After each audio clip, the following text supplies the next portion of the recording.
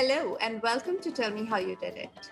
I'm Namrata Zakaria and I'm here to bring to you my handpicked list of some of India's finest brands. Yes, our best homegrown companies that can compete with the world's best and still win the battle hands down. These companies range from food, fashion, and film to home, art, and design. I'm only too happy to talk to the founders who not only chased their rainbows, they also made India proud. Make sure you tune in at htsmartcast.com week after week to shake the hands that built our best businesses. Listen to them tell me how they did it. The good old gin and tonic was invented by the British in India to cool off during our cruel tropical summers, as well as to take care of them in case they got malaria. But it took an Indian company 70 years since independence to come up with its own craft gin.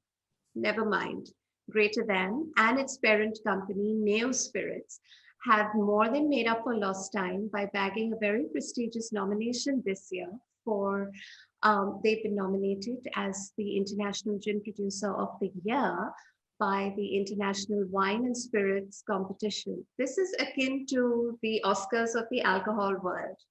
The 2017 launch Greater Than has changed the drinking game in India by bringing on a gin revolution. I'm talking to its founder and CEO, Anand Virmani, about what makes Greater Than the greatest Indian gin out there. Hello, Anand. Welcome to Tell Me How You Did It. Thank you very much. Thank you for having me here, Namrata. So, you've obviously come from a finance background.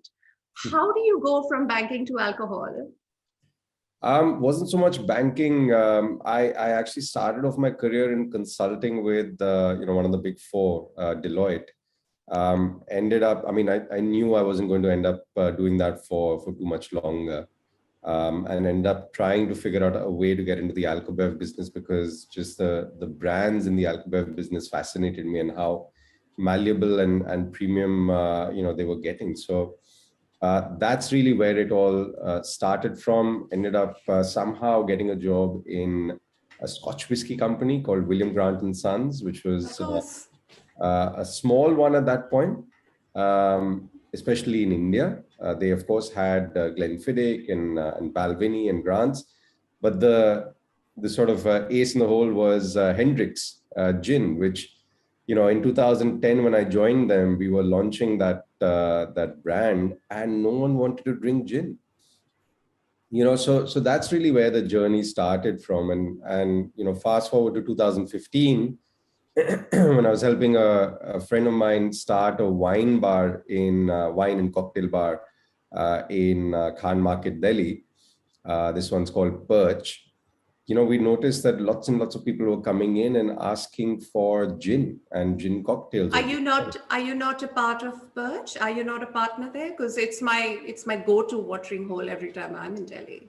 It's been a while since we kind of said, all right, the gin business requires full-time attention. Perch requires full-time attention. So yeah, of course. Went that direction. Aparajita and I went a separate direction. That's your wife and your partner, Aparajita Nainan, right? Correct. So she's the creative brains. I'm the person who puts the gin in the bottle itself. So a good partnership in that sense. You also went to Babson, which is a top college, and I want to ask you, why do you think so many people in finance or investment bankers are moving to creative or lifestyle related entrepreneurships? And I'm asking you this week, which is the big boss smashing Nykaa IPO launch, right? I mean, Falguni Nair was, how do you go from MD of Kotak Mahindra to selling lipsticks online and suddenly being this gazillionaire? It's incredible, and I think her story is absolutely inspirational. Hers and many more, of course. Yes, of course, hers is coming into the spotlight, but there's many male and female entrepreneurs that are absolutely gunning for it, and it's great to kind of hear and see. And honestly, so Babson is, of course, a school that specializes in entrepreneurship, right? It's a college that specializes in entrepreneurship. However, that's not the reason I went there. Funnily enough, I think I was probably one of the very few people to go there for their investment banking program, which was also great. It turned out that 95% of everyone in there was looking at entrepreneurship or had a family, business background, which I obviously did not. So even at the point of graduating from Babson, I don't think I had it in my mind that at some point I'd start my own business. But obviously, some bug must have bit me while I was there, and something stayed on. So yeah, I think it's it's great that people are moving away from your typical sort of careers. Of course, banking and investments and finances, of course, become a fairly mainstream career now. Yeah. And like I said, that's how my journey started in college. But very quickly, I think, at least for myself, I realized that yes, while finance was great, it was fun. Looking at numbers was great. It's just not what I wanted to be doing for the rest of my life, right? It's a great time for entrepreneurship in India, right? Agree. I agree, and the kind of opportunity we have in this country is absolutely unparalleled. For everyone who wants to kind of, and of course, we all kind of ponder about this. Wouldn't it be better to go and live somewhere in Europe or somewhere in Australia or Canada or the US or whatever? Everyone thinks about it, everyone talks about it, but at the end of the day, this is home, and no one understands this space better than us. Especially in the alcobev space, it is very tricky. It is very challenging, right? It's a market like none other, because it's one market, but it's bifurcated in 20 or 30 or maybe more, depending on states and regions, etc., etc. So for us, for me at least, and I think for Aprajita as well, getting in here and getting our feet wet was really interesting. It was really scary also to see how complex a market it was. But I think, having been in the space for about 8-9 years at that point, we had that comfort level to kind of go in and say, okay, this maybe we can tackle. And that's how it happened. When you talk about opportunities in India, what do you mean? Do you mean the strength of our numbers, or are there other factors as well? I think it's beyond that now. I think the strength of the numbers we've been talking about for the last 20-25 years, right? At least for my entire lifetime, we've heard this, right? That it's a billion people. Imagine selling one tube of toothpaste to a billion people. You've sold a billion tubes of toothpaste. Um, I think it's beyond that. I think it's more about us as a consumer defining who we want to be, rather than just taking on trends from outside. So we're really seeing, I don't know, if it's via social media or if it's just via some other means, but we're really seeing the Indian consumer start to differentiate themselves and ask for unique things. This massive focus on coffee, for example, Yeah. in India. I think we've all suddenly kind of woken up to it, right? The Indian consumer suddenly woken up to it and said, wow, this is, so much of the best coffee that you find in the rest of the world is actually coming from Chikmagalur. It's Yeah. coming from Coorg, so it's right here. It's in our backyard, and it's our, it's our estates, our coffee estates that are producing some of the best coffees in the world. So Yeah. those kind of things are happening, where we're moving away from um, just saying, okay, it's the fortune at the bottom of the pyramid. It's very much, kind of going up the pyramid, and saying every single consumer in India is looking for a differentiated experience, and that's the piece that's exciting. That's why you've got brands like, or at least portals like Nykaa coming in Yeah. and saying, yeah, we understand you, um, and yeah, we're going to create something unique for you, that's not there anywhere else in the world. Yeah, I think it's wonderfully put. And I don't know if you watched our episode with Araku Coffee. We spoke to the founder, Manoj Kumar. He heads Nandi. Do you know Araku Coffee? Yeah, Yeah, it's fantastic. It's the yeah. first Indian specialty coffee. They have a store in Paris. They opened their second cafe in Bangalore, and uh, it's a full cooperative like Amul was, with milk, and they've rejigged this whole Adivasi movement. It's fantastic. I'm so impressed with the idea of how to get social entrepreneurship right. No, it's great, exactly, and that's the piece that's exciting about India right now, right? It's not just what we've been hearing for the longest time, right? It's not just about, and even when we started, right? When we started this business, we started going around and speaking to people who'd been in this space for a long time, who'd been distillers, bottlers, blenders, all of that, and they all kind of laughed the idea away to say, sorry, you want to make craft gin, that just doesn't How sound. did how did the idea of gin come about? Because were we even a big, like, what was India even a gin drinking nation? See, again, and this is where that distinction needs to be made. In 2016 or 15, in fact, when we were playing with the idea, yeah, India was the fifth largest gin drinker in the world, right? Which doesn't sound right, because who's drinking gin? You look around, Yeah. who's drinking gin?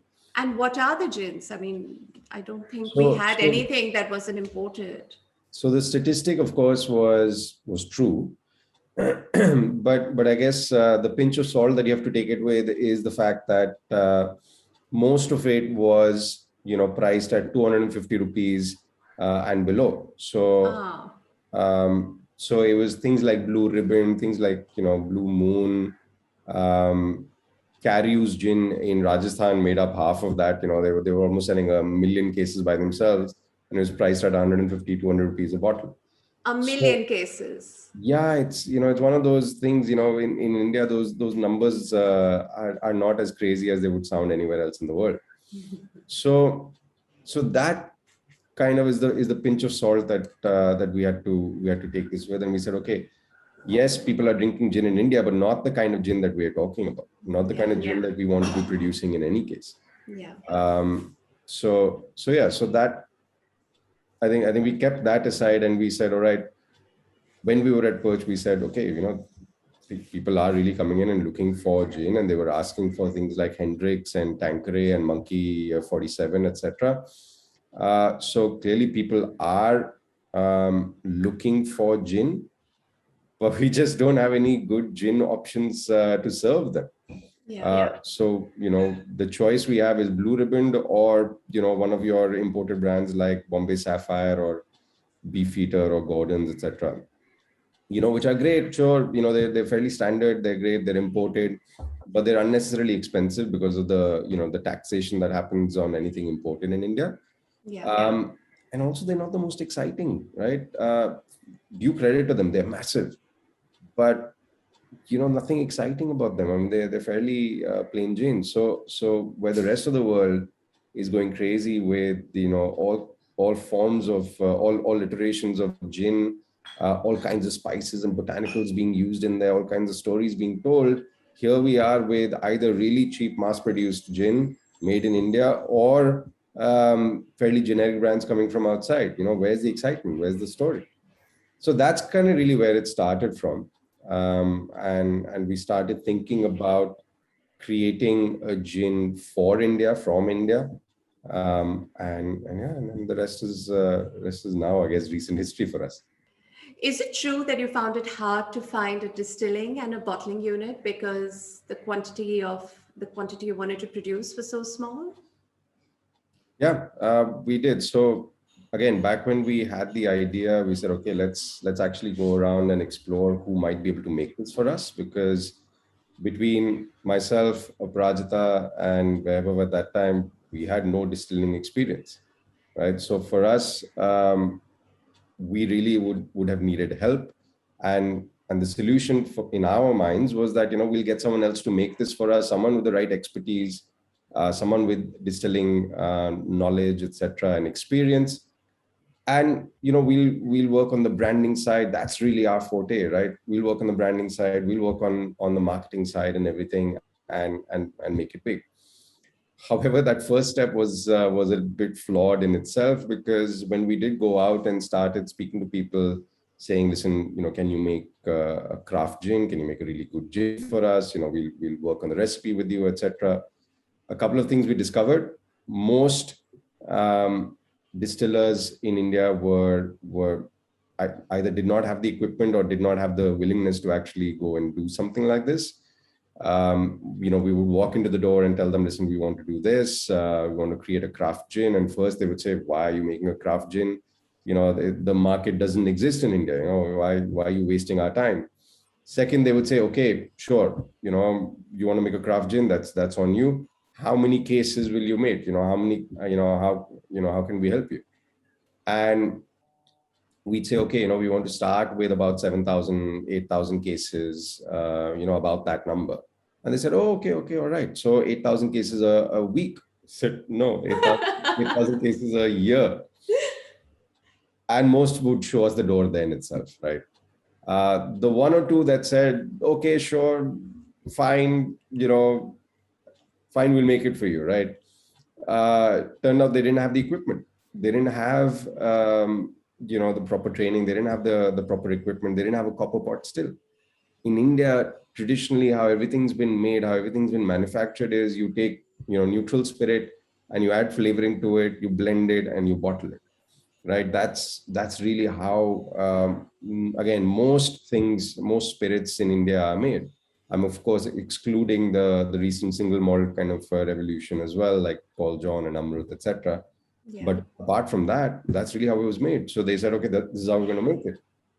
And we said, no, we'd like for it to be made in the traditional way, with a copper pot still, with real botanicals, real spices. I mean, that's the whole point, right? I mean, let's showcase the herbs and spices that we have, that we can, we can put into the bottle. So I think in the process of elimination, we pretty much ended up with nobody, and then having to realize that, okay, we're going to have to do this ourselves. So then we went out and started looking for partners who would be able to give us a little bit of space in their facility to create our own unit with a copper pot still, with our own storage tanks, with botanicals that we could use ourselves. And that's when I actually decided to get into distilling myself. So, coming from that, business marketing kind of background, getting into distilling was not something I'd ever imagined, right? It's a commerce student turned chemist. How did Goa come into the picture? Because you started distilling in Goa, and now it's home to a lot of alcohol distilling brands, right? Yeah, it's one of those things that I've been asked quite a bit, that what about Goa made it the perfect, place for us to start distilling operations. It may sound funny, but it was absolutely blind luck. We actually had finalized on a space in Maharashtra near Pune, and we were quite happy with that and everything. And we in our minds already kind of started developing that. But, just after that, we had already planned a trip to Goa to meet a couple of bottlers here. So we said, okay, the tickets are booked, the meetings are fixed. Let's just go and do that. And we came in and we met these guys, we met 4 of them, I think, in one day, and they were all terrible. And we said, okay, great. In our minds, in any case, we'd thought about Pune, so let's just do that. But that night, I said, okay, we've come so far. We have an extra day. I made a couple of cold calls, and one of them was a call to the guys we work with now, Blue Ocean Beverages. And I think right off the bat, to me, it seemed like they got it, right? And they understood what we were trying to do. Even though it may not have happened immediately at that point, but it seemed like they got it, and it seemed like we could work together, and they understood what we were trying to do, what change we were trying to bring about. We went and met them the next day, and it just worked, right? It was, we absolutely just forgot about Pune, and we just like, wow, these. So it was more to do with the people that we met rather than, any external factors like excise policy or this, that. It was just the people and the comfort level that we had with with the family who was running that facility, that we said, great, this works. Let's do it here instead of Pune. And then I think what's happened is, you know, there have been a bunch of people who've come and visited and said, oh, this is great. We can do this as well. So it's almost like, created a precedent where, the rest of the distillers don't necessarily need to worry about, the lay of the land, because we've already kind of figured that out. Yeah. So I think it's absolutely blind luck how we've ended up in Goa. And it's great because, one of the at no point was I thinking about livability and all of that when we were thinking about, the distillery. We were just thinking it has to be able to produce gin. But I think that's just the way it is. I think we just got really, really lucky with the fact that we're in Goa, and we actually enjoy coming to work. And I used to travel to Goa from Delhi, 5, 10, 15 days a month. So it was great to be able to come to Goa. So when you're not distilling, at least you can go for a walk on the beach. But you live there now. You moved there recently, right? We Was moved it because here. of COVID? It wasn't actually. So our plan was to move last year March, Okay. because it had got to a point where I was distilling, 15 days plus a month.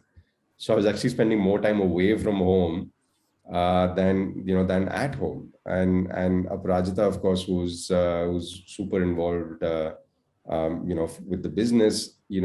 She was obviously spending all of her time there as well, and it just made sense for her also to be here and to be in and around the distillery and in and around our main market, which actually is Goa. And more so we've been doing that, right? We've been building our team here rather than in the other cities. So But most of our it must be an ideal existence, right? Like to work at the it's distillery all day, have a gin martini for a sundowner on the beach. I mean, what are your days like? Is it even called work? it is called work, and it sounds great when you paint that picture, but it is still called work. um, yeah, it's good because we have a 3-year-old, so he's growing up in a slightly cleaner environment. Yeah. Delhi with its pollution problems, unfortunately, Yeah. has kind of pushed us out, and that was definitely a big part of our decision making process to move itself. Um, it is great, to be able to see the ocean and to be able to kind of be, walking distance from the beach. It's not something that either of us grew up with, because both of us grew up in Delhi, right? Landlocked, very, very far away from any kind of water body. But it's great, and the beauty of it is we're able to be close to the distillery. We're able to really engage, with both our brands, Greater Than and Hapusha. We're able to experiment, we're able to research and develop more, and just kind of immerse ourselves, into that entire field. So yeah, it's been good. I'm not going to complain. I think it's been good. We do miss Uber and malls and Uniqlo and those kind of things, which we never actually like paid that much attention to while we were in Delhi. But I think now being away, we're like, wouldn't mind going to a mall. So, I'm primarily a gin drinker. I haven't unfortunately tried Hapushas yet, but Greater Than is my first pick always. It is a fantastic gin, and I'm not saying a fantastic Indian gin. I'm saying it's a fantastic gin, period. But it's also like spawned this sort of major gin drinking revolution in India. So, why do you think gin is the new black? Um, of course, it started off, I think, with Like it suddenly just snowballed into like being everyone's drink of choice, right? so happy to hear that. I think 4 or 5 years ago, that was not a statement I would have ever heard, right? Yeah, yeah. But yeah, I think we just saw the initial glimpses of it in 2015, where people were opening up to it. They were, all right, what's this gin that everyone's talking about, in the rest of the world? And I think once that initial trial happened, once that initial bit happened, where you go in and you order your first gin and tonic at a bar, since then, it's you're right, it's absolutely snowballed because of the fact that actually it makes sense in a tropical country like ours. Yeah. It 100% makes more sense to have a cool, refreshing gin and tonic versus, a whiskey on the rocks, or something like that. So, one, from an actual absolute drink perspective, it makes so much more sense to have a gin and tonic, which is cool and refreshing. Yeah. And secondly, I think people have really found, or people have really resonated with, the category itself, right? The fact that, the gin and tonic was invented in India is not a oblivious fact anymore. Most people know the fact that, herbs and botanicals go into the making of gin, and we happen to be sitting in the spice capital of the world. It just makes sense. I mean, it's two and two make four. It's one of those things that we always were confident that it would happen, and we're seeing it now happening, where people are moving away from, starting their drinking careers with whiskey because that's what their fathers drank and that's what their elder brothers drank or whatever else. It's become more, let's define what our generation is going to drink. And I think we couple ourselves into that generation as well. But let's define how we're going to drink, and how that's going to be different from what our parents and grandparents were drinking. So it's been really interesting. It's obviously coincided with the rise of great cocktail bars and fantastic talent, in the bartending community as well. So we've kind of been able to give, a central tool to all these bartenders and servers, and they've been able to make these great cocktails out of it as well. So all of these things kind of have fallen into place to create what's become like the perfect storm. Yeah, it's very generous of you to put things in a social sort of a context. But do you think you had the first mover advantage? Because I don't think there was a strong Indian gin brand before Greater Than, right? Um, yeah, no, we definitely. I think we've benefited a lot from that. We've benefited a lot from, um, just having been the first ones. And honestly, we're still surprised about the fact that we were the first ones, right? I think it took us 2 years from when we first started thinking about it to when we actually came out with the first bottle of Greater Than. And in that entire time, we were sure there was someone else who was going to beat us to it, right? It was one of those things that you're constantly looking over your shoulder and saying, we can't be the only ones to have seen this opportunity. Like Um, either we're brilliant or, or we're being, stupid. yeah. Yeah. like, Yeah. like if no one's done it, is it really worth doing? It's not even about if is it really worth doing. I think the bigger thing we were constantly facing was maybe people have already gone down this path and realized it's pointless. Mm. You know, because you think of the big brands, the big companies in India, your Pernod Ricard, Diageo, Bacardi, William Grant's. How have they missed this, Mm. right? What was the answer? Well, What the was the answer, answer you came up with? I think it's a answer we're still searching for. Why did they miss it? How did they miss it?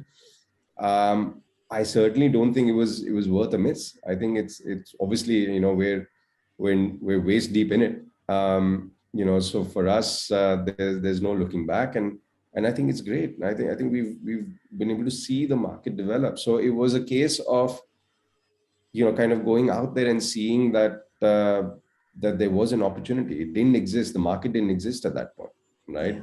It was, So you created a market and then you, of course, watched it again, develop. I think we'll be taking too much credit if we say we created the market. I think I see it as riding a wave, and I see it as us being in the right spot at the right time, and we just happen to catch the wave, and now we're riding that. So I think this was bound to happen. If not us, it would have been someone else.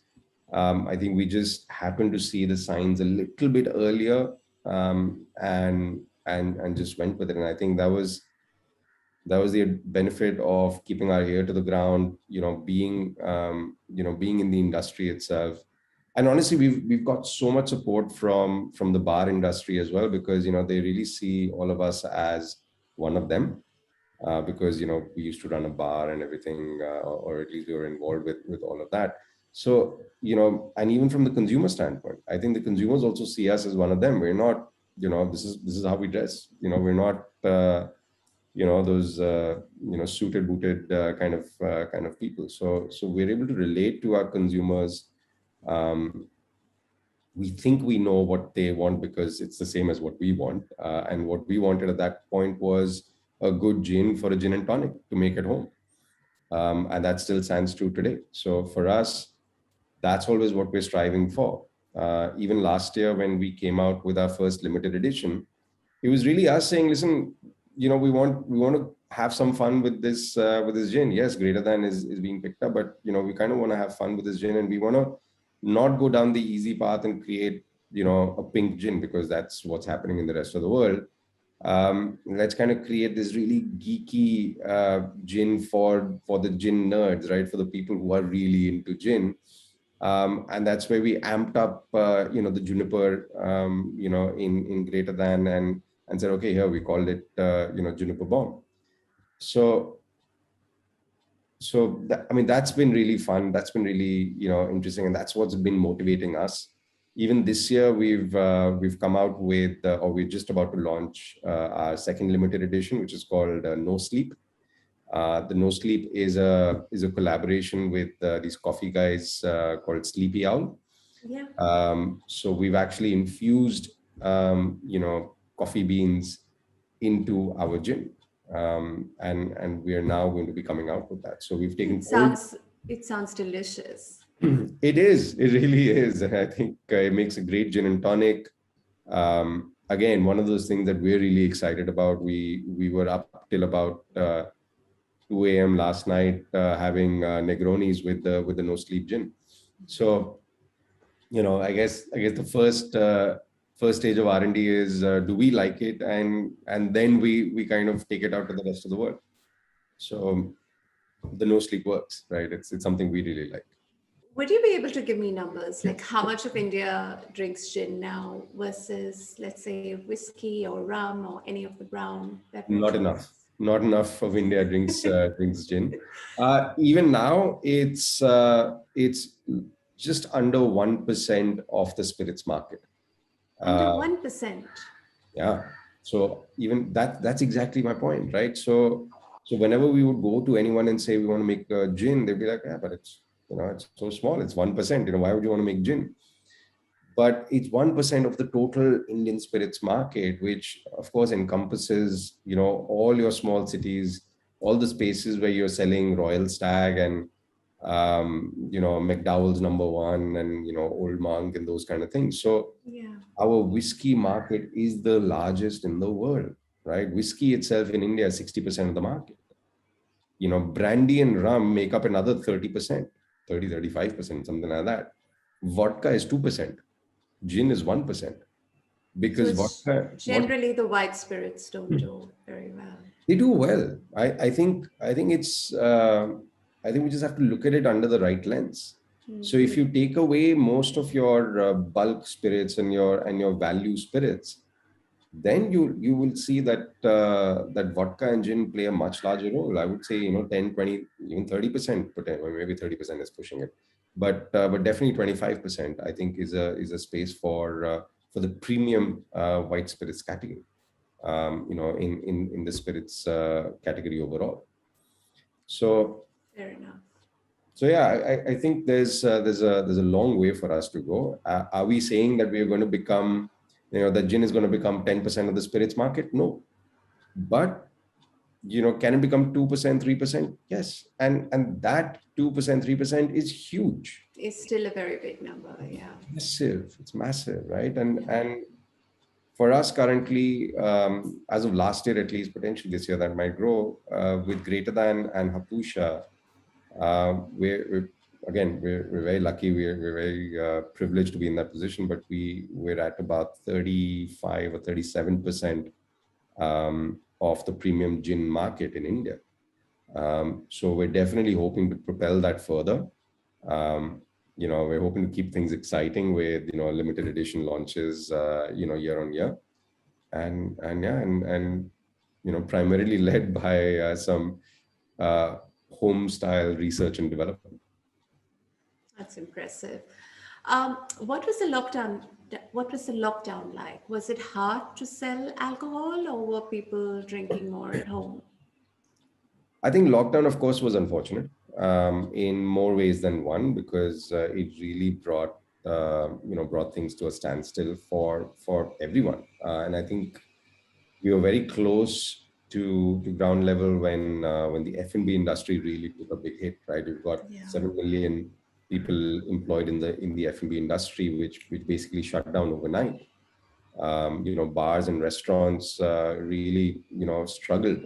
So we saw a lot of people, lose their livelihoods and everything in that time. So it's really been unfortunate.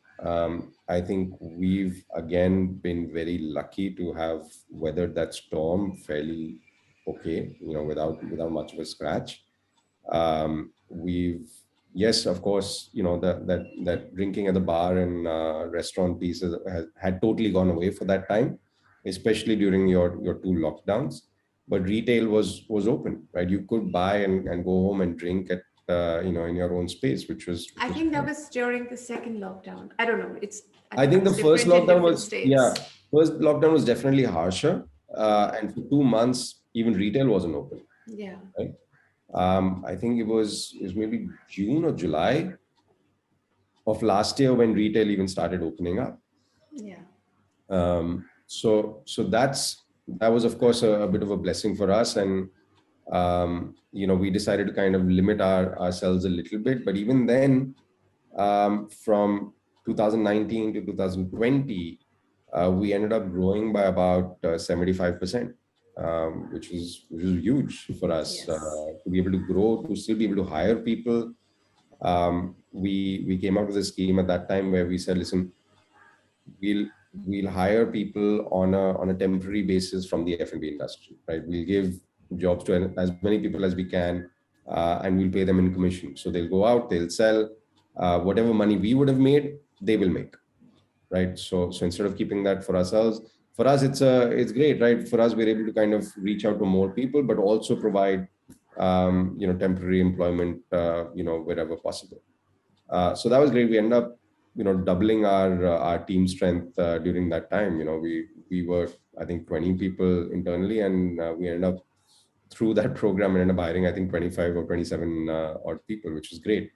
And 4 or 5 of them have actually migrated to the permanent role because they were just great. And we said, listen, we just want to do this.